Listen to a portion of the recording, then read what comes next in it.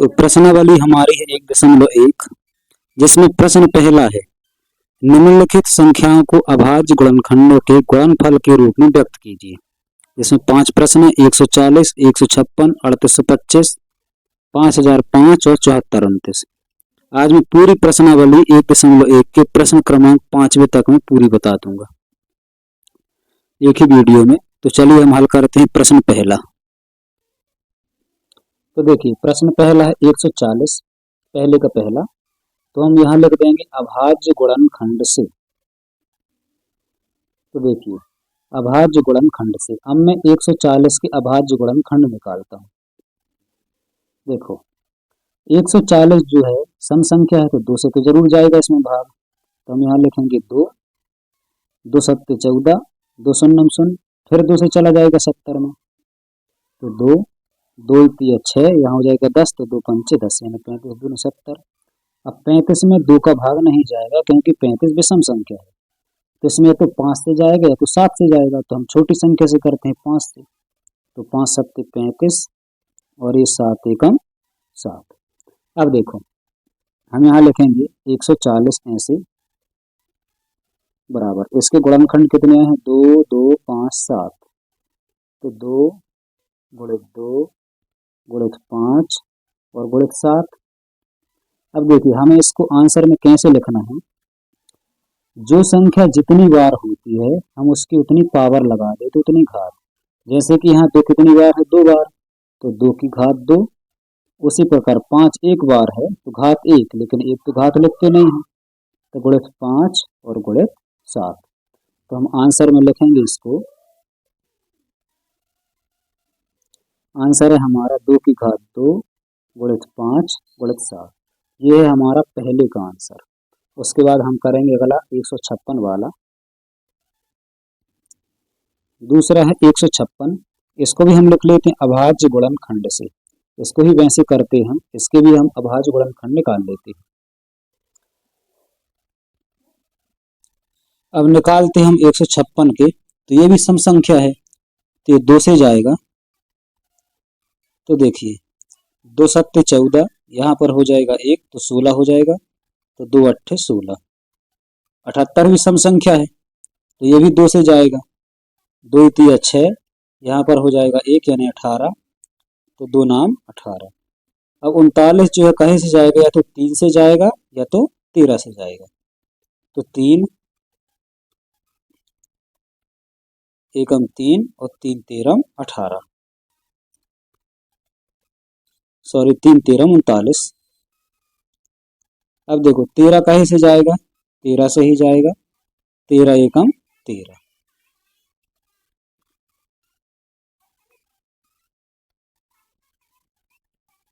अब देखो फिर से हम वैसे लिख लेते हैं 156 के गुणनखंड कौन कौन से हैं 2, 2, 3, 13।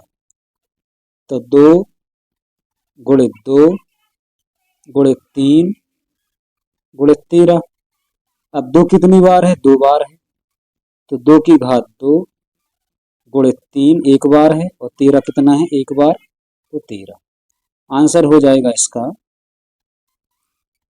2 की घात 2 गुणित 3 गुणित 13। ये हो गया हमारा 156 वाला। अब इसके बाद हम करते हैं 3825 वाला। उसी प्रकार हम करते हैं तीसरा 3825। इसके भी वैसे लिखते हैं कि अभाज्य गुणनखंड से। इसके भी हम अभाज्य गुणनखंड निकालते हैं। तो देखिए 3825 जो है कहीं से जाएगा 3 से जाएगा, क्योंकि तो सम संख्या है नहीं है। तो सबसे पहले हम 3 से करते हैं। 3 एकम 3, ये है तो 3 दूनी 6, यहाँ पर बचा 2 तो यहाँ हो जाएगा 22। तो 3 सत्ते 21, फिर बचा 1 तो यहाँ हो जाएगा 15। तो 3 पचे 15। अब कहीं से जाएगा ये भी 3 से ही जाएगा। तो 3 चौके 12, यहाँ पर हो जाएगा 3 दूनी 6, यहाँ पर 15 हो जाएगा क्योंकि 1 7 का बचेगा। तो 3 पचे 15। अब कहीं से जाएगा ये, अब जाएगा ये 5 से। तो 5 अट्ठे 40, बचा 2 तो 5 25। अब 85 कहीं से जाएगा 5 से ही जाएगा। तो 5 एकम 5, यहाँ बचा 3 तो यहाँ हो जाएगा 35। तो 5 सत्ते 35। अब 17 जाएगा 17 से, तो 17 एकम 17। उसी प्रकार 3825 के भी यहाँ लिख लेते हैं। 3825 बराबर 3 गुणित 3 गुणित 5 गुणित 5 और गुणित 17। अब देखिए 3 कितने बार है? 2 बार, तो 3 की घात 2।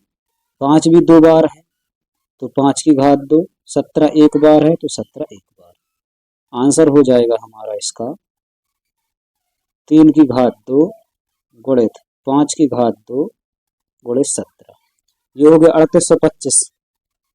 उसी प्रकार हम करते हैं चौथा 5005 वाला। अब देखो 5005 है, इसको भी कर लेते हैं अभाज्य गुणनखंड से। 5005 के अभाज्य गुणनखंड निकालते हैं, तो सबसे पहले ये जाएगा 5 से। 5 एकम 5, 5 शून्यम 0, 5 शून्यम 0 और 5 एकम 5। अब ये जाएगा 7 से, ना तो 3 से जाएगा ना तो 5 से, तो 7 से जाएगा। 7 एकम 7, बचा 3, तो यहाँ हो जाएगा 30, तो 7 चौके 28, बचा 2, तो यहाँ पर हो जाएगा 21, तो 7 तिया 21। 143 जो है अब जाएगा 11 से, तो 11 एकम 11, बचा कितना 3, तो यहाँ हो जाएगा 33, तो 11 थी 33। अब ये 13 जो है 13 से ही जाएगा, तो 13 एकम 13। 5005 के भी वैसे लिख लेते हैं। 5005 बराबर 5 गुणित 7 गुणित 11 और गुणित 13। तो अपना आंसर यही है, क्योंकि यहाँ तो दो संख्याएं कोई है ही नहीं।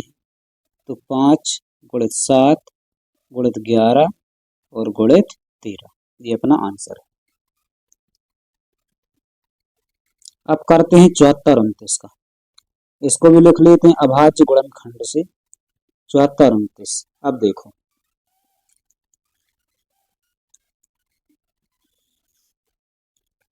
7429 जो है जाएगा 17 से, तो 17 की टेबल इतने बार पढ़ना है कि 74 से ज्यादा ना हो। तो 17 चौके 68, बचा कितना 6, तो यहाँ हो जाएगा 62, तो 17 थी 51, बचा कितना 11, तो यहाँ हो जाएगा 119, तो 17 सत्ते 119। उसी प्रकार हम करते हैं। अब ये जाएगा कहे से 19 से, तो 19 दूनी 38, बचा कितना 5, तो हो जाएगा 57, तो 19 थी 57। अब 23 जो है 23 से ही जाएगा, तो 23 एकम 23। यहाँ पर भी लिख लेते हैं 7429 बराबर 17 गुणित 19 गुणित 23। तो इसमें भी कोई संख्या दो बार नहीं है, तो हमारा आंसर यही हो जाएगा 17 गुणित 19 और गुणित 23। अब हम हल करते हैं प्रश्न क्रमांक दूसरा, जिसमें लिखा है पूर्णांकों के निम्नलिखित युग्मों के एचसीएफ और एलसीएम ज्ञात कीजिए तथा इसकी जांच कीजिए कि दो संख्याओं का गुणनफल बराबर एचसीएफ गुणित एलसीएम है। ये यहाँ से लेके यहाँ तक सूत्र है। इस सूत्र से बहुत से ऑब्जेक्टिव बन जाते हैं, जैसे कि दो संख्याओं का गुणनफल बराबर, यहाँ खालिस्तान दे के रख देंगे, या फिर इसको खालिस्तान में कर देंगे, या तो इसको खालिस्तान में कर देंगे, या तो एचसीएफ गुणित एलसीएम देंगे और इस तरफ को खालिस्तान में कर देंगे। तो हम हल करेंगे तीनों प्रश्न। जांच तो वैसे आती नहीं है, तो जांच आप लोग देख लेना, मैं एक का बता दूंगा, फिर उस प्रकार से आप सभी जांच कर लेना। मैं बाकी सभी के एचसीएफ और एलसीएम निकाल के बता देता हूँ।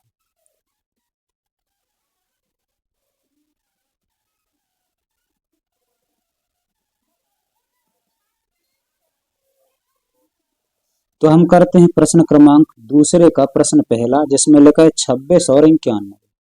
तो हम इसको भी वैसे ही लिखते हैं अभाज्य गुणनखंड विधि से। हमें इसके एचसीएफ और एलसीएम निकालना है, जो कि परीक्षा में तो दो प्रश्न जरूर आते हैं एचसीएफ और एलसीएम निकालने के लिए। तो देखिए हम लिख लेते हैं अभाज्य गुणनखंड से। अभाज्य गुणनखंड से अब देखो सबसे पहले 26 के निकालते हैं, फिर 91 के निकाल लेंगे। तो मैं यहाँ लिखता हूँ 26 और वैसे ही गुणनखंड हमें निकालना है ऐसे। तो 26 जो है सम संख्या है, तो 2 से तो चला जाएगा, तो 2 एकम 2 और 2 तिया 6, फिर 13 13 से ही जाएगा, तो 13 एकम 13। उसी प्रकार 91, तो 91 91 कहे से जाएगा 13 से, क्योंकि 13 की टेबल में आता है 7 बार में, तो 7 की टेबल भी आ जाएगा 13 बार में। तो सबसे पहले छोटी संख्या ना 7 से, तो 7 एकम 7 और 7 21, यानी कि 13 7 91। फिर 13 13 से ही जाएगा, 13 एकम 13। अब देखो यहाँ पर हम लिखेंगे 26 बराबर 2 और 13 है, तो 2 गुणित 13। 91 के लिखते हैं 7 और 13 है, तो 7 गुणित 13।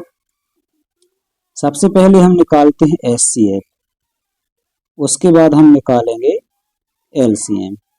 अब देखो HCF का मतलब होता है कि जैसे 26 के गुणनखंड है 2 और 13, 91 के गुणनखंड है 7 और 13, तो इन दोनों के गुणनखंडों में ऐसी कौन सी संख्या है, ठीक है, ऐसी कौन सी कॉमन संख्या है जो दोनों के गुणनखंडों में है। तो देखो यहाँ पर 13 है, तो यहाँ पर भी 13 है, यानी कि ये दोनों में है 13, तो HCF हो जाएगा 13। अब देखो LCM में हमें जोड़े से लिया जाता है, यानी कि दोनों में जो जोड़ा है वही पहले यहाँ लिखेंगे। तो कुछ नहीं करना, हमें सबसे पहले तो 13 को ही लिख दो, क्योंकि दोनों का यही आ जाएगा। तो 13 का जोड़े 13 आ गया, बचा 2 और ये बचा 7। इन सब का गुणा करना है, तो कितना आएगा, 13 दूनी 26 और 26 सत्ते 182। ये हो जाएगा हमारा आंसर HCF 13 और LCM 182। अब देखो प्रश्न में कभी कभी वो HCF बस पूछ लेता है, कभी कभी LCM बस पूछ लेता है, लेकिन इसमें जांच भी करना है, तो मैं इसकी जांच बता देता हूँ, बाकी की आप ऐसे ही करना है जांच। अब देखिए जांच ऐसे करना है, ऐसे सूत्र लिखना है, दो संख्याओं का गुणनफल बराबर LCM गुणित HCF, जो कि प्रश्न में ही लिखा है। अब दो संख्याओं का गुणनफल मतलब जो प्रश्न में दो संख्याएं दी है 26 और 91, तो वही का गुणनफल इनका करना है। तो 26 गुणित 91 बराबर है, तो बराबर LCM कितना है 182 गुणित HCF कितना आया है 13। इनका हम गुणा करेंगे, तो 26 और 91 गुणा करेंगे तो आ जाएगा 2366, और 182 का हम 13 में भी गुणा करेंगे तो आएगा कितना 2366। अगर इस तरफ का और इस तरफ की संख्या अलग अलग होती तो हमारा आंसर गलत होता। तो यहाँ का जांच करने का मतलब यही होता है कि जितना इस तरफ आए उतना इस तरफ भी आना चाहिए, मतलब दो संख्याओं का गुणनफल जितना आता है उतना ही LCM और HCF का गुणनफल आना चाहिए। हम आंसर में लिख देंगे HCF बराबर 13 और LCM बराबर 182। यह है हमारा पहला प्रश्न, दूसरे का पहला। अब करते हैं हम दूसरा 510 और 92 वाला। अब हम करते हैं 510 और 92 की, तो लिखते हैं अभाज्य गुणनखंड से 510 के हम अलग निकाल लेंगे यहाँ, और 92 के यहाँ निकाल लेंगे। अब देखिए 510 की मैं निकालता हूँ, 510 जो है सम संख्या है, तो 2 से जाएगा, तो 2 दूनी 4, यहाँ पर एक बचा तो हो जाए 11, तो 2 पंचे 10, फिर यहाँ एक बचा तो 2 पंचे 10। अब कहीं से जाएगा ये 3 से चला जाएगा, 3 अट्ठे 24, एक बचा तो 15, तो 3 पचे 15। अब फिर भी 5 से जाएगा, अब 5 एकम 5, यहाँ हो जाएगा 3 तो 35, तो 5 सत्ते 35, 17 एकम 17। अब 92 जो है 2 से जाएगा, 2 चौके 8, 12 तो 2 छक्का 12, फिर 2 से 2 दूनी 4, 2 तिया 6। अब 23 जाएगा कहीं से 1 से, तो 23 एकम 23। अब फिर से हम लिख लेंगे 510 के अलग और 92 के अलग, 510 और यहाँ लिख लेंगे 92 के। तो 510 के कौन कौन है, 2 है, 3 है, 5 है, 17 है। 2 गुणित 3 गुणित 5 गुणित 17। 92 कौन कौन है, 2 गुणित 2 गुणित 23। अब देखो सबसे पहले तो अपन HCF की बात करते हैं। HCF देखो ये 2 3 5 17 यहाँ पर है, 2 2 23 यहाँ है, तो ये वाले 2 और ये वाले 2 का जोड़ा तो बन रहा है। यहाँ पर 2 है लेकिन यहाँ पर एक और 2 नहीं है, यहाँ पर 3 है तो फिर 3 नहीं है यहाँ, यानी कि 2 और 2 का जोड़ा बन रहा है तो HCF हो जाएगा 2। उसी प्रकार LCM। LCM देखो सबसे पहले तो हम ये 2 लिख लेते हैं ऐसे, यानी कि ये वाला जोड़ा 2 आ गया। अब 3 5 17, ये वाला 2, ये वाला 23, तो 3 5 17, ये वाला 2 और ये 23। अब इनका हम करते हैं गुणा। 2 3 5 17 2 23 का हम गुणा करेंगे तो आ जाएगा इसका 23,460 ऐसे। अब देखो इसकी जांच करना है तो वैसे ही कर लेना सूत्र से, तो हम आंसर इसके लिख देंगे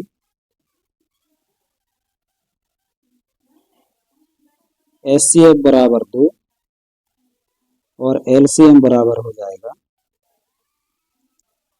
23,460।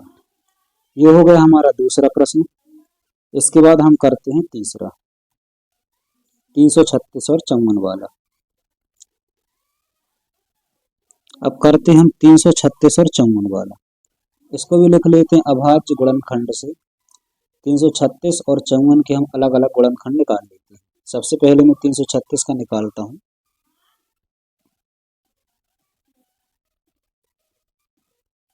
ऐसे देखो 336 जो है सम संख्या 2 से चला जाएगा तो 2 एकम 2, यहाँ हो जाएगा 13, तो 2 छक्का 12, यहाँ हो जाएगा 16, तो 2 अट्ठे 16, फिर 2 से 2 अट्ठे 16 और यहाँ पर हो जाएगा 2 चौके 8, फिर 2 से जाएगा 2 चौके 8, 2 दूनी 4, फिर 2 से जाएगा 2 दूनी 4, 2 एकम 2।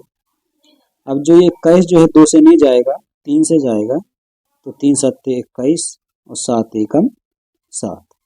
उसी प्रकार 54 के निकालते हम ऐसे, तो ये भी 2 से चला जाएगा, तो 2 27 54, 27 जो है 2 से नहीं जाएगा, 3 से जाएगा, तो 3 9 27, 9 जाएगा 3 से, तो 3 तिरका 9 और 3 जाएगा इससे, तो 3 एकम 3। अब देखो फिर हम यहाँ लिख लेते हैं 336 बराबर 2, ये वाला 2 2 2 2 2 कितने बार है? 4 बार, तो 2 गुणित 2 गुणित 2 गुणित 2 गुणित 3 गुणित 7। उसी प्रकार 54, 2 एक बार, 3 गुणित 3 गुणित 3। अब देखो सबसे पहले तो हम HCF निकालते हैं। HCF देखो यहाँ पर 2 है तो यहाँ पर भी 2 है, इन दोनों का जोड़ा तो बन ही रहा है, गुणित यहाँ पर 3 है तो यहाँ पर एक और 3 है, तो इन 3 का भी जोड़ा बन रहा है, तो HCF हो जाएगा हमारा 2 3 6। उसी प्रकार LCM। अब देखो LCM जो है ये वाला 2 और ये वाला 3 तो हम सबसे पहले लिख लेते हैं 2 गुणित 3 गुणित, यानी कि ये वाला 2 का जोड़ा और ये वाले 3 का जोड़ा आ गया, तो बचा क्या? ये वाला 2, ये वाला 2, ये वाला 2, तो 2 गुणित 2 गुणित 2 और फिर बचा ये 3 का तो जोड़ा बन गया, ये वाला 7, इस 3 का जोड़ा बना है तो ये वाला 3 और ये वाला 3।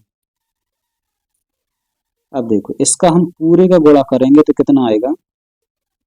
3024, 3024 आएगा।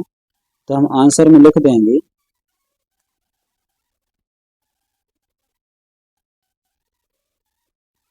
HCF बराबर 6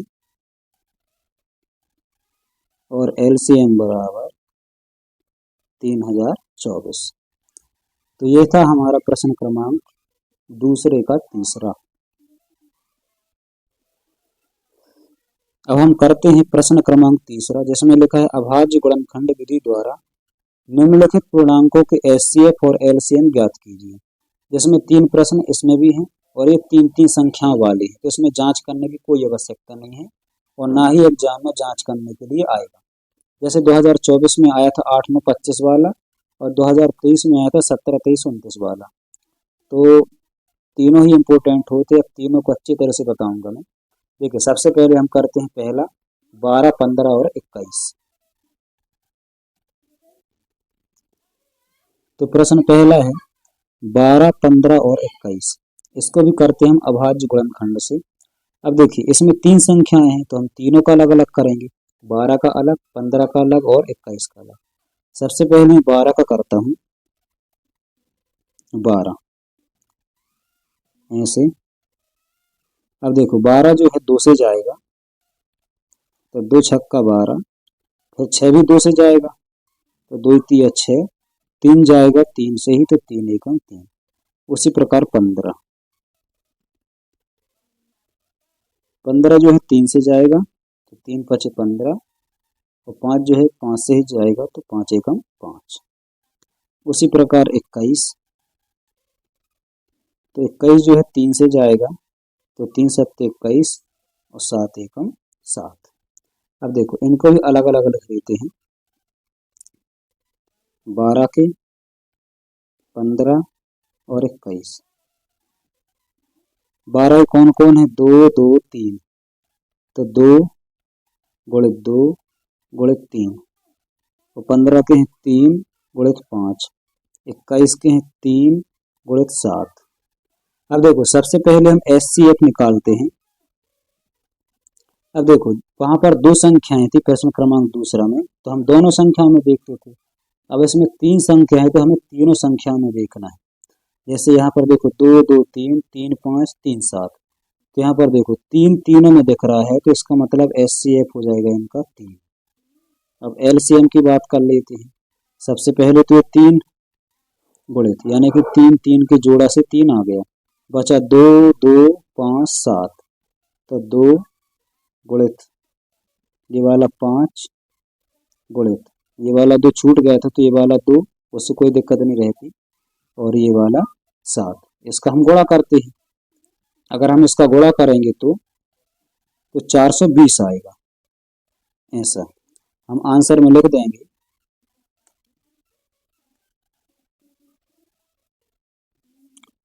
इसका आंसर है HCF बराबर 3 और LCM बराबर 420। यह है प्रश्न क्रमांक पहला तीसरे का। उसी प्रकार हम करते हैं दूसरा 17 23 और 29 वाला। तो हम हल करेंगे 17 23 और 29। लिख लिया हमें अभाज्य गुणनखंड से, तो 17 23 और 29 के हम अलग अलग निकाल लेते हैं। तो सबसे पहले 17 जो है अभाज्य संख्या है तो 17 से ही जाएगा, 17 एकम 17।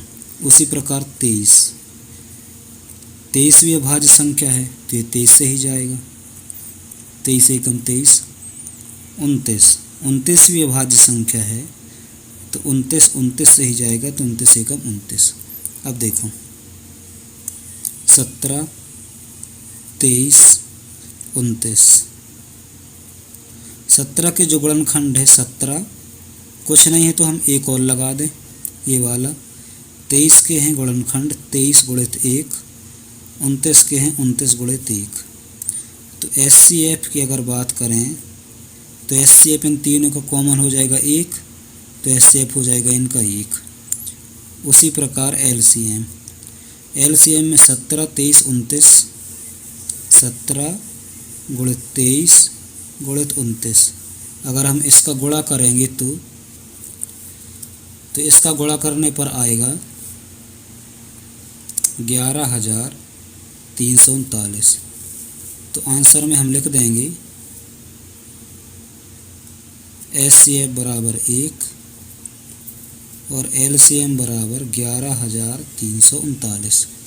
तो ये था प्रश्न क्रमांक दूसरा। इसके बाद हम करते हैं तीसरा।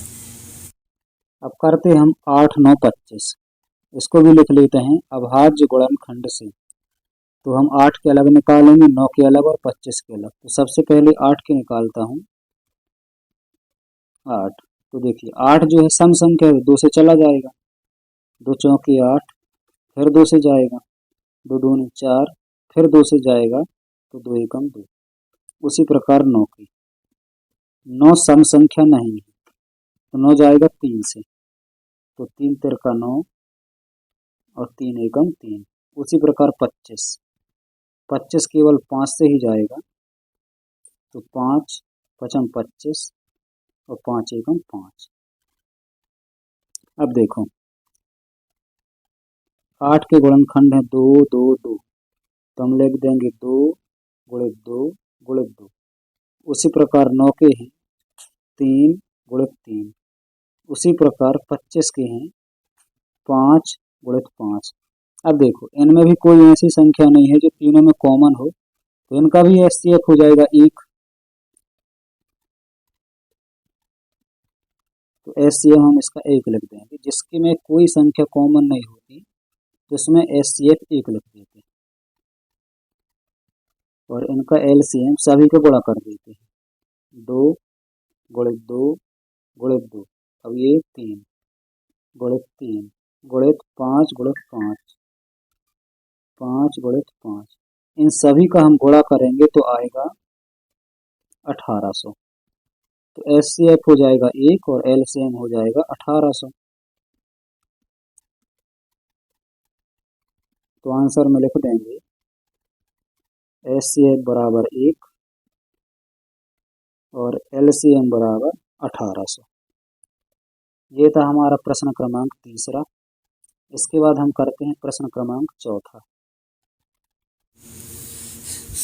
तो अब हम हल करेंगे प्रश्न क्रमांक चौथा, जिसमें लिखा है एचसीएफ 306 657 बराबर 9 दिया है, एलसीएम 306 657 ज्ञात करना है।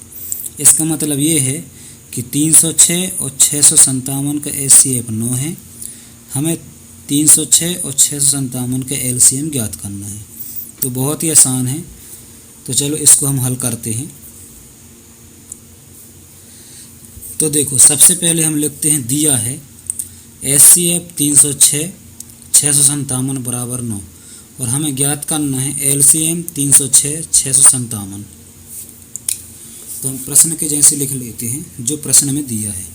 तो दिया है एचसीएफ 306 657 बराबर 9 और हमें ज्ञात करना है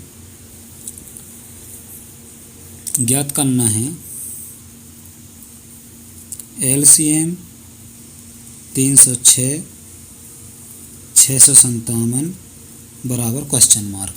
अब देखो हम इसको दो प्रकार से कर सकते हैं, या तो हम दोनों के अभाज्य गुणनखंड निकाल दें या तो हम सूत्र का उपयोग कर दें। तो सूत्र का उपयोग करने से बहुत ही सरल हो जाएगा ये। तो मैं सूत्र लगाता हूँ और ये सूत्र हमारा बुक में ये दो संख्याओं का गुणनफल बराबर एचसीएफ गुणित एलसीएम। देखो मैंने सूत्र लिख लिया है, दो संख्याओं का गुणनफल बराबर एचसीएफ गुणित एलसीएम। अब दो संख्याओं का गुणनफल मतलब ये संख्याएं 306 और 657, तो हम यह लिख देंगे 306 गुणित 657 बराबर एचसीएफ कितना दिया है, ये है एचसीएफ बराबर 9, तो एचसीएफ की जगह 9 और एलसीएम हमें ज्ञात करना है, तो एलसीएम को एलसीएम। अब देखो जो ये 9 है एलसीएम के गुणा में है, अगर हम एलसीएम का मान निकालेंगे तो 9 इसके बटे में आ जाएगा। ऐसे 306 गुणित 657 और बटे में 9 और बराबर यहाँ बचेगा एलसीएम। अब देखो 9 का भाग या तो हम यहाँ कर दें और या तो यहाँ कर दें, हमें किसी एक में ही करना है, दोनों में नहीं करना। तो मैं 657 में ही किए देता हूँ। देखो 9 एकम 9 और 9 7 63, यहाँ पर हो जाएगा 27, क्योंकि 65 से 2 बचेगा तो 27 हो जाएगा। तो 9 तिया 27, तो हमारे पास यहाँ बचा 306 गुणित ये 73 बराबर एलसीएम। अब देखो 306 और 73 का हम गुणा करेंगे तो आएगा 22,338 बराबर एलसीएम। तो हमारा आंसर हो जाएगा, हम आंसर में लिखेंगे एलसीएम 306 657 बराबर 22,338। ये हमारा आंसर है। तो ये था प्रश्न क्रमांक चौथा।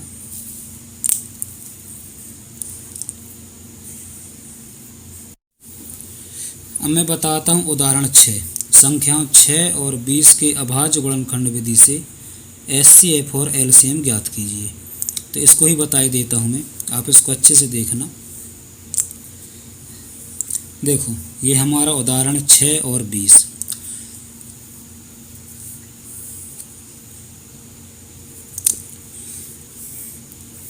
तो इसको भी करता हूँ मैं अभाज्य गुणनखंड से। 6 के अलग निकालेंगे और 20 के अलग निकालेंगे। तो 6 के निकालते हैं हम सबसे पहले,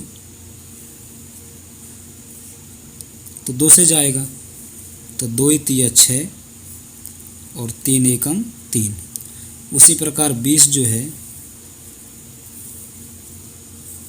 2 से जाएगा, तो 2 ही धाम 20, फिर 2 से जाएगा, 2 पंचे 10, अब जाएगा 5 से, तो 5 एकम 5।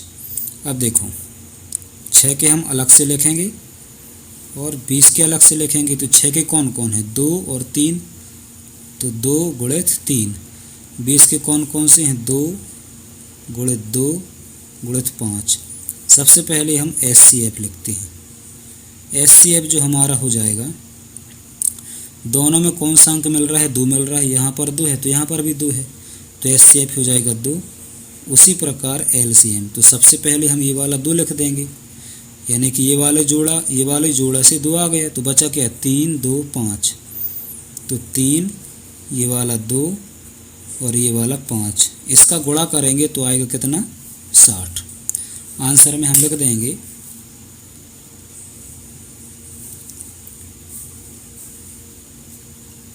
HCF बराबर 2 और LCM बराबर 60। तो ये था हमारा उदाहरण। अब हम हल करेंगे प्रश्नावली 1.2। देखिए इसमें 1 2 3 प्रश्न हैं, जिसमें तीसरे वाले में 3 प्रश्न हैं। तो जो पहला प्रश्न है, सिद्ध कीजिए कि करणी 5 एक अपरिमेय संख्या है। इसको मैंने अपने पिछले वाले वीडियो में बता चुका है, आप प्लेलिस्ट में जाइए, वहाँ पर अध्याय 1 में प्रश्नावली 1.2 में जाके पहला वाला प्रश्न हल कर सकते हैं। तो मैं आप लोगों को प्रश्न दूसरा से बता रहा हूँ। देखो हमारा प्रश्न था कि सिद्ध कीजिए कि 3 + 2 करणी 5 एक अपरिमेय संख्या है। तो जब हम हल में लिखेंगे तो इसका हम उल्टा लेके चलेंगे। हमें लिखना है माना 3 + 2 करणी 5 एक परिमेय संख्या है। हमें ऐसा हर प्रश्न में लिखना है, ये वाले प्रश्नों में माना 3 + 2 करणी 5 एक परिमेय संख्या है। जब हम इसको परिमेय संख्या मान चुके हैं तो हमें इसको P/Q के रूप में भी लिखना है। 3 + 2 करणी 5 बराबर P/Q, जहाँ P व Q सह अभाज्य पूर्णांक हैं और Q का मान 0 नहीं होना चाहिए, यानी कि जो हर वाली संख्या है वो 0 नहीं होना चाहिए। हम एक बार और लिख लेंगे, क्या करेंगे, उल्टा लेके चलना है। माना 3 + 2 करणी 5 एक परिमेय संख्या है। जब परिमेय संख्या मान लिए हैं तो हम इसको P/Q के रूप में व्यक्त कर देंगे, जहाँ P व Q सह अभाज्य पूर्णांक है और Q जो है 0 के बराबर नहीं होना चाहिए। अब देखिए आगे हल करते हैं। मैं एक बार फिर इसको लिख दूंगा, 3 + 2 करणी 5 बराबर P/Q। अब देखिए 3 का पक्षांतर होगा, इस तरफ जाएगा तो माइनस में हो जाएगा, तो 2 करणी 5 बराबर P/Q। 3 प्लस में है, इस तरफ आया तो माइनस में। अब देखो 2 करणी 5 बराबर, इसके बटे में Q है, इसके बटे में कुछ नहीं तो 1 है, तो हम P का 1 में गुणा करेंगे, तिर्यक गुणा कर रहे हैं यहाँ पर, तो P और Q का 3 में करेंगे तो आ जाएगा 3Q बटे में, और Q का 1 में करेंगे तो आ जाएगा Q। अब देखो यहाँ पर हमें करणी वाली ही संख्या बचानी है, तो 2 का हम पक्षांतर करेंगे, 2 है गुणा में, इस तरफ पक्षांतर करेंगे तो आ जाएगा भाग में। ऐसे P बराबर P - 3Q और बटे में ये 2। अब देखो हम यहाँ पर एक लाइन लिखेंगे, जो कि मैं लाइन लिख देता हूँ। तो हम यहाँ लिख देंगे, हमें ज्ञात है कि करणी 5 एक परिमेय संख्या नहीं है, तो P - 3Q बटे 2, ये वाली P - 3Q बटे 2, क्योंकि इसके बराबर में है, भी परिमेय संख्या नहीं है। करणी 5 एक अपरिमेय संख्या है, अतः 3 + 2 करणी 5 एक अपरिमेय संख्या है, इति सिद्धम। तो ये है हमारा प्रश्न क्रमांक दूसरा। अब हल करते हैं, सिद्ध कीजिए कि निम्नलिखित संख्याएं अपरिमेय हैं। जैसे पहला है 1 बटे करणी 2, 7 करणी 5, 6 + करणी 2। तो सबसे पहले बताता हूँ मैं 1/2। तो अब लिख लेंगे हम इसको भी कि माना 1/2 एक परिमेय संख्या है। जब 1/2 को परिमेय संख्या मान ली है तो इसको हम p/q के रूप में भी लिख देंगे। तो 1/2 बराबर p/q, जहाँ p व q सह अभाज्य पूर्णांक हैं और q का मान 0 नहीं होना चाहिए। अब देखो मैं एक बार फिर इसको लिखता हूँ, 1/2 बराबर p/q। इसके बाद हम करेंगे कि हर का परिमेयीकरण करने पर, हर का परिमेयीकरण का मतलब जो संख्या हर में होगी उसका अंश और हर में दोनों में गुणा होगा।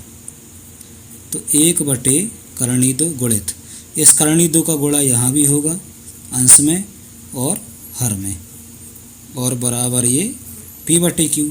अब देखो 1 का 2 में गुणा करेंगे तो 2 ही आएगा, और 2 का 2 में करेंगे तो 2 आएगा, क्योंकि दोनों संख्या सेम है और करणी में है तो केवल 2 आएगा, और बराबर p/q। अब यहाँ से करते हैं हम तिर्यक गुणा। 2 का q में करेंगे तो हो जाएगा 2q, और 2 का p में करेंगे तो हो जाएगा 2p। q का मान निकालेंगे, 2 का मान निकालेंगे तो q इसके बटे में आ जाएगा, 2p के बटे में q। तो हम यहाँ पर फिर वही लाइन लिख देंगे कि हमें ज्ञात है कि 2 परिमेय संख्या नहीं है, तो 2p/q भी परिमेय संख्या नहीं होगी। 2 एक अपरिमेय संख्या है, अतः 1/2 अपरिमेय संख्या है। तो ऐसे इसमें भी वही लाइन लिख देना जो इसके पिछले वाले प्रश्न में हम लिखे थे। तो ये था प्रश्न क्रमांक 3 का पहला।